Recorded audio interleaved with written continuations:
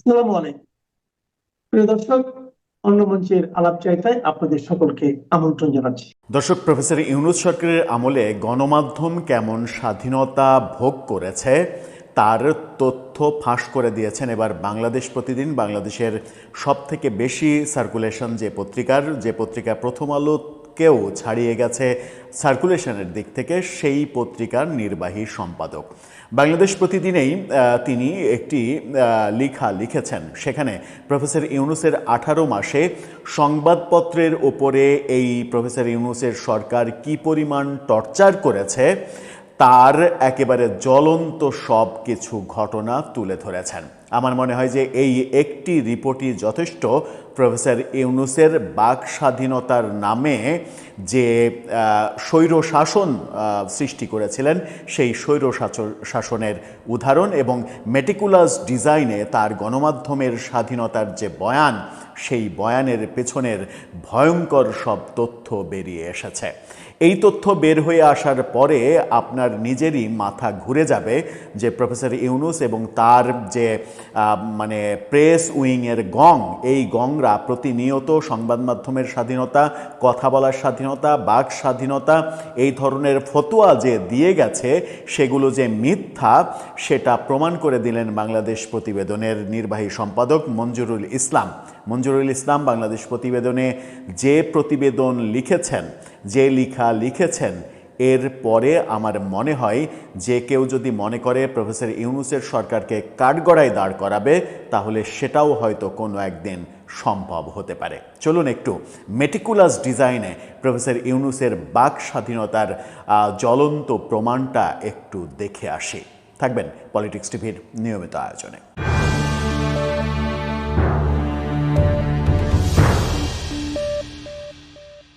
দর্শক, বলছিলাম professor ইউনূসের interim সরকারের যে দেয়া বাক স্বাধীনতা বাংলাদেশের মানুষ ভোগ করেছে বলে তিনি বারবার বলেছেন, এবং তার সাঙ্গপাঙ্গরা, বিশেষ করে ওই প্রেস উইংয়ের লোকজন এবং আইন উপদেষ্টা আসিফ নজরুল যে ধরনের কথা বলেছেন, বারবার তারা বলার চেষ্টা করেছেন বাংলাদেশের ইতিহাস তো বটেই, ব্রিটিশ ভারতীয় ইতিহাস খুঁজলেও এরকম বাক স্বাধীনতার হিস্ট্রি খুঁজে পাওয়া যাবে না যেটা প্রফেসর ইউনূস সরকার দিয়েছেন। প্রফেসর ইউনূস জাতির উদ্দেশ্যে প্রথম ভাষণে বলেছিলেন, আপনারা প্রাণ খুলে সমালোচনা করুন। প্রাণ খুলে সমালোচনা করার পরে গ্রেপ্তার করে মেটিকুলাস ডিজাইনে কিভাবে সন্ত্রাস বিরোধী আইনে কারাগারে নিয়েছিলেন মঞ্জুরুল আলম পান্না কিংবা আনিস আলমগীরদের, সেই তথ্য আমরা জানি। একদিন আগে আনিস আলমগীর কারামুক্ত হয়ে প্রফেসর ইউনূসের এই কর্মকাণ্ডকে পৃথিবীর সেরা বাটপারি হিসেবে আখ্যা দিয়েছেন। এই যে কর্মকাণ্ডগুলো দেখে আমরা প্রকৃত চিত্র হয়তো জানতে পারছিলাম না, কিন্তু বাংলাদেশ প্রতিদিনের নির্বাহী সম্পাদক এই লেখার মাধ্যমে সমস্ত তথ্য ফাঁস করে দিয়েছেন। আপনি যদি সময় করে 15 মিনিট সময় করে এই প্রতিবেদনটা পড়েন, তাহলে আপনার প্রফেসর ইউনূস সরকারের উপরে একটা ঘৃণা জন্ম নেবে। চলুন একটু জেনে দেখি। বাংলাদেশ প্রতিবেদনের এই ফটোকার্ডটা দেখে নিন। সেখানে বলা হচ্ছে, আমরা গত 18 মাস রীতিমতো দোজকে ছিলাম। বাংলাদেশ প্রতিদিনের বিজ্ঞাপন, নিউজ প্রিন্টের এলসি সহ সব কিছু বন্ধ করে দেয়া হয়েছিল। অর্থাৎ বসুন্ধরা মিডিয়ার কথা তিনি মূলত বলেছেন, অন্য মিডিয়ার কথা তো তার বলার কথা নয়।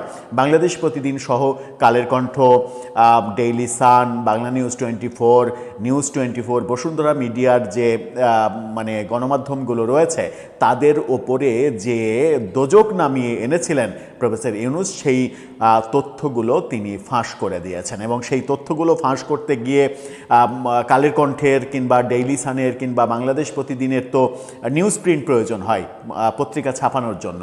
সেই নিউজ প্রিন্ট কেনার জন্য এলসি পর্যন্ত করতে দেয়নি এই ভয়ঙ্কর স্বৈরশাসক প্রফেসর ইউনূস। এই এলসি করতে না দেওয়ার কারণে বসুন্ধরার গ্রুপের মিডিয়া, যেহেতু বসুন্ধরার নিজস্ব কাগজের কারখানা যেহেতু রয়েছে, সেহেতু বসুন্ধরা গ্রুপ ভর্তুকি দিয়ে, কারণ বিদেশি নিউজ প্রিন্ট, যে নিউজ প্রিন্টে পত্রিকা ছাপা হয় সেই নিউজ প্রিন্ট বিদেশ থেকে অনেক কম টাকায় আমদানি করা যায় এবং সেখানে সরকারের ভর্তুকিও থাকে। সেই সুবিধা যখন তারা পায়নি, তখন ভর্তুকি দিয়ে বসুন্ধরা কারখানা, কাগজের কারখানা অতিরিক্ত নিউজ প্রিন্ট ছাপিয়ে সেই নিউজ পেপার ছাপানোর ব্যবস্থা করেছে এবং পত্রিকা সচল রাখার ব্যবস্থা করেছে। চলুন একটু ভেতরে ঢুকে এই নিউজটার, সেই নিউজটার শিরোনাম করা হয়েছে আমাদের সেই 18 মাস। এই 18 মাসে কি কি ঘটনা ঘটেছে তার কিছু কিছু উদাহরণ আপনাদেরকে দিই। এখানে বলা হয়েছে অন্তর্বর্তী সরকারের 18 মাস আমরা সরকারের কারণে ভয়াবহ চাপে ছিলাম। বৈষম্য বিরোধী নামধারী কিছু উচ্ছৃঙ্খল মানুষের মবের শিকার হয়েছে আমরা। বিভিন্নভাবে রাজনৈতিক চাপেও ছিলাম। রাজনৈতিক দল ও বৈষম্য বিরোধীদের প্রতিনিধির পক্ষ থেকে আমাদের কাছে তালিকা আসতে থাকে। কিসের তালিকা? 50 জন, 72 জন এরকম করে তিনি বলেছেন। 50 এবং 72 এই দুটো সংখ্যা উল্লেখ করেছেন। এরকম তালিকা আসতে থাকে একের পর এক। কোনো তালিকায় এই 50 জনের চাকরি বাদ দিতে হবে, তাদেরকে পত্রিকা থেকে বাদ দিয়ে দিতে হবে, ছাঁটাই করতে হবে। এই 72 জনকে এত এত এত এত বেতনে তাদেরকে নিয়োগ দিতে হবে। এই ধরনের মানে কি বলবো যে ওহি নাজিল করা হতো বৈষম্য বিরোধী ওই টোকাইদের মাধ্যমে, যে টোকাইদের মবের রাজত্ব রাজা বানিয়েছিলেন প্রফেসর ইউনূস। তারা এই পত্রিকা শুধুমাত্র বাংলাদেশ প্রতিদিনের এই উদাহরণ দিয়েই আপনি বুঝতে পারবেন যে গণমাধ্যমে তারা কি করেছে। তারা লিস্ট ধরে দিয়েছে এদের চাকরি থাকবে না, তারা লিস্ট ধরিয়ে দিয়েছে এদের চাকরি দিতে হবে এবং বেতন সহ লিখে দিয়েছে একে এত বেতন দিতে হবে, একে এত বেতন দিতে হবে। এই নৈরাজ্যগুলো তারা করেছে প্রতিনিয়ত। তিনি বলছেন অন্তর্বর্তী সরকারের 18 মাস বাংলাদেশ প্রতিদিনের খুব কষ্টে কেটেছে। এ সময় সম্মানিত পাঠকের অনেক ইচ্ছা আকাঙ্ক্ষা আমরা পূরণ করতে পারিনি। না পারার বিষয়টি আমাদের ইচ্ছাকৃত ছিল না, ছিল সার্বিক পরিস্থিতির কারণে। অর্থাৎ বাংলাদেশ প্রতিদিন নানান প্রতিকূলতা মানে প্রতিকূল পরিস্থিতি মোকাবেলা করে প্রাণ রক্ষার চেষ্টা করেছে। আমরা মবের শিকার হয়েছি, নির্দিষ্ট কোটার নিউজ প্রিন্ট পাওয়া থেকে বঞ্চিত হয়েছি। পত্রিকার অন্যতম প্রাণশক্তি বিজ্ঞাপন বন্ধ করে দেওয়া হয়েছে। সরকারি বেসরকারি বিজ্ঞাপন যেন পত্রিকায় না যায় তার জন্য ব্যবস্থা করা হয়েছে, সরকারি বিজ্ঞাপন দেওয়া হয়নি। এমনকি সরকারের যে বিশেষ বিশেষ ক্রয়পত্র প্রকাশিত হয়েছে এই 1.5 বছরে, একটি দিবসের ক্রয়পত্রও বাংলাদেশ প্রতিদিন, কালের কণ্ঠ, ডেইলি সান এই পত্রিকাগুলোতে দেয়া হয়নি। মহান আল্লাহর অসীম রহমত এবং বসুন্ধরা গ্রুপের চেয়ারম্যানের বদৌলতে আমরা কোনো রকম টিকে ছিলাম, এমনটা বলেছেন। তিনি দুটো ঘটনা দিয়ে শুরু করেছেন, সেই দুটো ঘটনা শুধু আপনাদের সঙ্গে শেয়ার করব। অনেক কথা তো বললাম যে কিভাবে মব তৈরি করা হয়েছে, কিভাবে লিস্ট ধরিয়ে দেওয়া হয়েছে, চাকরি থাকবে না এদের চাকরি দিতে হবে, এই কাজগুলো করা হয়েছে। 3 জন তথ্যমন্ত্রীকে ফেস করেছে এই 18 মাস এই পত্রিকাগুলো। 3 জন মানে তথ্যমন্ত্রী, তথ্য উপদেষ্টা 3 জনই এই কাজগুলো করেছেন। এমনকি মজার ব্যাপার একটা খেয়াল হলো, ব্যাপারটা মনে করে দিয়ে, এক মহামান্য তথ্য উপদেষ্টা যার সঙ্গে বাংলাদেশ প্রতিদিনের একজন ঊর্ধ্বতন সাংবাদিক, সিনিয়র সাংবাদিক দেখা করার জন্য এই নির্বাহী সম্পাদকে তাকে পাঠালেন যে পত্রিকা নিয়ে যে সমস্যা হচ্ছে তার জন্য উপদেষ্টার সঙ্গে দেখা করতে হবে। উপদেষ্টার সহকারীর সঙ্গে যখন তিনি কথা বললেন তখন সহকারী বললেন দেখা করার জন্য লিখিত দরখাস্ত দিতে হবে। বাংলাদেশের একজন মন্ত্রী কিংবা উপদেষ্টার সঙ্গে দেখা করার জন্য লিখিত দরখাস্ত দিতে হবে এবং তিনি বললেন যে 42 জনের দরখাস্ত অলরেডি ঝুলছে, এই 42 জনের পরে আপনি সিরিয়াল পাবেন, সেটা কত মাস পরে পাবেন তার গ্যারেন্টি দিতে পারবো না। এই হচ্ছে অবস্থা ছিল প্রফেসর ইউনূস সরকারের। মানে ব্যাপারটা এরকম অবস্থা আমার মনে হয় না যে মহানবী সাল্লাল্লাহু সাল্লামকে যে 7ম আসমানে গিয়ে মহান সৃষ্টিকর্তার সঙ্গে আল্লাহর সঙ্গে কথা বলেছিলেন, সেই কথা বলতেও মহানবীকে সম্ভবত এত বেশি বেগ পেতে হয়নি যে বর্ণনা এই নির্বাহী সম্পাদক মঞ্জুরুল ইসলাম তিনি দিয়েছেন যে তাদেরকে একজন সামান্য উপদেষ্টার সঙ্গে দেখা করার জন্য এই ক্রাইটেরিয়া ফলো করতে হয়েছে। আপনি চিন্তা করতে পারছেন যে কি অবস্থা হয়েছে? তিনি যা যা লিখেছেন তা যদি সত্য হয়, আমার মনে হয় যে প্রফেসর ইউনূস সরকারের সবাইকে কাঠগড়ায় দাঁড় করানোর সময় এসেছে প্রায়। দুটো ঘটনা দিয়ে শুরু করেছেন তিনি। দুটো ঘটনার মধ্যে মানিক মিয়া এভিনিউতে সংসদ ভবনের দক্ষিণ প্লাজায় খোলা আকাশের নিচে একটু ভিন্ন আঙ্গিকে নতুন সরকারের যে শপথ অনুষ্ঠান হয়েছে 17ই ফেব্রুয়ারি। দেশ বিদেশি 1200 অতিথি সেখানে অংশগ্রহণ করেছে। দেশের শীর্ষস্থানীয় প্রিন্ট এবং ইলেকট্রনিক মিডিয়ার সাংবাদিকদের সেখানে দাওয়াত দেওয়া হয়েছে। কিন্তু তিনি বলছেন যে প্রচার সংখ্যায় শীর্ষে থাকা বাংলাদেশ প্রতিদিনকে কিংবা বসুন্ধরা মিডিয়ার কোনো পত্রিকা, কোনো মিডিয়াকে দাওয়াত দেয়া হয়নি। আপনি চিন্তা করতে পারছেন যে বাংলাদেশে একটা এত বড় আয়োজন হচ্ছে, সেখানে সাংবাদিকদের দাওয়াত দেওয়ার যে প্রসঙ্গটা আসে, সেখানে প্রচার সংখ্যায় শীর্ষে বাংলাদেশ প্রতিদিন অবস্থান করছে, তাদেরকে এই অনুষ্ঠানে দাওয়াত দেয়া হয়নি। 14 বছর, তারা বলছে যে 14 বছর ধরে 1 নাম্বার স্থান ধরে রেখেছি আমরা প্রচার সংখ্যায়, তারপরেও মানে গত 18 মাসেও আমাদের 1 নাম্বার স্থানই ছিল, সেই সত্ত্বেও এটা দেয়া হয়নি। তারা দ্বিতীয় বিষয়টি তিনি বলছেন যে মহান 21শে ফেব্রুয়ারি 2026-এর বিশেষ ক্রয়পত্র না দেওয়া। এই যে 21শে ফেব্রুয়ারি, আপনি বলতে পারেন যে 21শে ফেব্রুয়ারি তো বিএনপি সরকারের আমলে হয়েছে, কিন্তু 21শে ফেব্রুয়ারি উপলক্ষে ক্রয়পত্র যে পত্রিকায় যাবে এই বিজ্ঞাপন বরাদ্দ প্রফেসর ইউনূস সরকারের আমলে হয়েছে এবং রিজওয়ানা হাসান তথ্য উপদেষ্টা যখন ছিলেন তার আমলেই হয়েছে।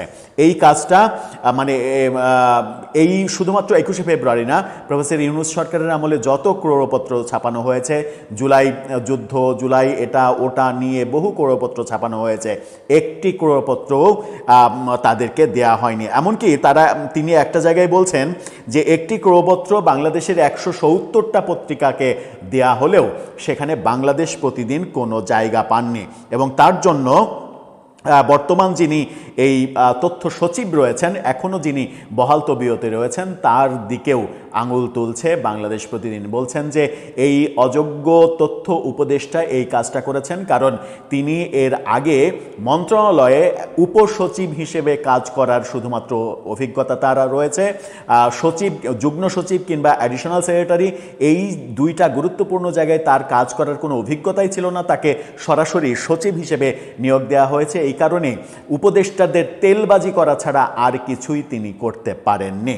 এই ভয়াবহ তথ্য তারা বলছে। এই যে এখানে বলছে যে 170টি দৈনিক পত্রিকায় বিশেষ ক্রয়পত্র দেয়া হলেও বাংলাদেশ প্রতিদিনকে দেয়া হয়নি, 16ই ডিসেম্বরে দেয়া হয়নি, 5 আগস্ট জুলাই অভ্যুত্থান দিবসে দেয়া হয়নি, কোনো অকেশনেই দেয়া হয়নি, বিজ্ঞাপনের সুবিধা দেওয়া হয়নি, নিউজ প্রিন্টের এলসি খুলতে দেওয়া হয়নি, তাদের উপরে মব তৈরি করা হয়েছে এবং এখানে ধারাবাহিকভাবে প্রথমে নাহিদ ইসলাম, তারপরে বলছে যে মাহফুজ আলম আসার পরে আমরা একটু আশা করেছিলাম যে এখন বোধহয় ব্যাপারটা একটু উল্টাবে এবং সেটা না উল্টায় ব্যাপারটা আরও বেশি মানে গভীর হয়েছে, আরও বেশি টর্চার নেমে এসেছে এবং রিজওয়ানা হাসানের আমলে আরও বেশি টর্চার নেমে এসেছে। এমনকি গভীর রাতে তাদের প্রেসে মন্ত্রণালয়ের কর্মকর্তাদের হানা দিতে দেখা গিয়েছে। বিভিন্ন কারণে তাদের বিভিন্ন ধরনের খুঁত ধরা, দোষ ধরার চেষ্টা করেছে যেন পত্রিকাকে ক্ষতিগ্রস্ত করা যায়, পত্রিকার সার্কুলেশন বন্ধ করে দেওয়া যায়, এই কাজগুলো করা যায়।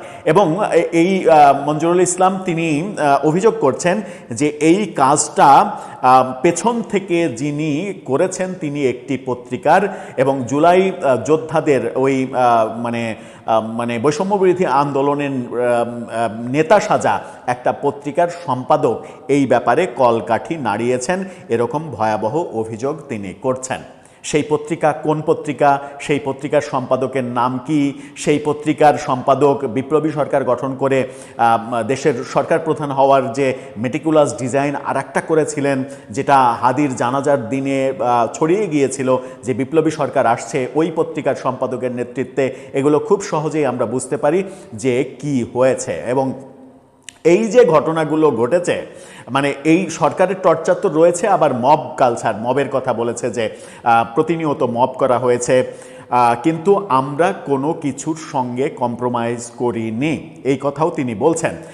আমাদেরকে প্রতিনিয়ত বাধ্য করতে চেয়েছে, এর চাকরি থাকবে না, একে একে বের করে দাও, কিন্তু আমরা কোনো সাংবাদিককে চাকরিচ্যুত করিনি, সেই কথা তিনি দাবি করছেন। আমি জানি না সেটা সেই তথ্যটা সত্য কিনা যে চাকরিচ্যুত করেছেন কি করেননি। আমরা দেখেছি কালের কণ্ঠ, বাংলাদেশ প্রতিদিনের শীর্ষ জায়গায় বেশ কিছু পরিবর্তন হয়েছে সরকার পতনের পরে সেই পরিবর্তনগুলো তারা একা একা করেছে নাকি চাপে পড়ে করেছে সেই ব্যাপারে তিনি কিছু লেখেননি, কিন্তু এটা লিখেছেন যে প্রতিনিয়ত সরকারের টর্চার, এলসি করতে না দেওয়া, বিজ্ঞাপন না দেওয়া, সরকার নানাভাবে পত্রিকাকে বিপদে ফেলার চেষ্টা করা, উপদেষ্টার সঙ্গে দেখা করতে যাওয়া, দেখা করতে না পারা, যেন নবী রাসূলের সঙ্গে দেখা করতে যাচ্ছেন সুযোগ পাচ্ছেন না, অ্যাপ্লিকেশন দিয়ে মাসের পর মাস অপেক্ষা করতে হবে, এই ব্যাপারগুলো এবং মব তাদেরকে যে জেকে বসেছিল এই ব্যাপারগুলো তিনি তুলে ধরেছেন। আপনি চাইলে বাংলাদেশ প্রতিদিনের যে ফটোকার্ড দেখালাম সেই ফটোকার্ডের স্ক্রিনশট নিয়ে আপনি সার্চ দিয়ে এই মানে নিউজটা পড়ে দেখতে পারেন, যে নিউজের শিরোনাম লিখেছেন মঞ্জুরুল ইসলাম, আমাদের সেই 18 মাস, অর্থাৎ প্রফেসর ইউনূসের মেটিকুলাস 18 মাস। সেই 18 মাসে আমরা কতটা বাক স্বাধীনতা ভোগ করেছি, আমাদের সংবাদপত্র কতটা স্বাধীনতা ভোগ করেছে, আমাদের গণমাধ্যম কতটা স্বাধীন ছিল, সেগুলো তো আমরা এমনি টের পেয়েছি। এক মহামান্য উপদেষ্টা এক সাংস্কৃতিক ইমামকে প্রশ্ন করার জন্য 3 জন সাংবাদিকের চাকরি চলে গেছে, সেই দৃশ্যও তো আমরা দেখেছি। কিন্তু তাদের বয়ান শুনেছি যে ব্রিটিশ ভারতীয় উপমহাদেশেও ইতিহাসে কোথাও এই সরকারের, প্রফেসর ইউনূস সরকারের মতো বাক স্বাধীনতা কিংবা গণমাধ্যমের স্বাধীনতা কোনো দৃষ্টান্ত খুঁজে পাওয়া নাকি যাবে না, যে দৃষ্টান্তের চরম সত্য ইতিহাস অর্থাৎ থলের আরেকটা কালো বিড়াল বের করে আনলেন বাংলাদেশ প্রতিদিনের নির্বাহী সম্পাদক মঞ্জুরুল ইসলাম। দর্শক, আপনার ভাবনা কি এখন? কি মনে হচ্ছে, কেমন ছিলাম আমরা? এই যে প্রফেসর ইউনূসের মেটিকুলাস ডিজাইন, এই ডিজাইনটা কেমন ছিল আসলে? আপনার মতামত জানিয়ে লিখতে পারেন আমাদের কমেন্ট বক্সে।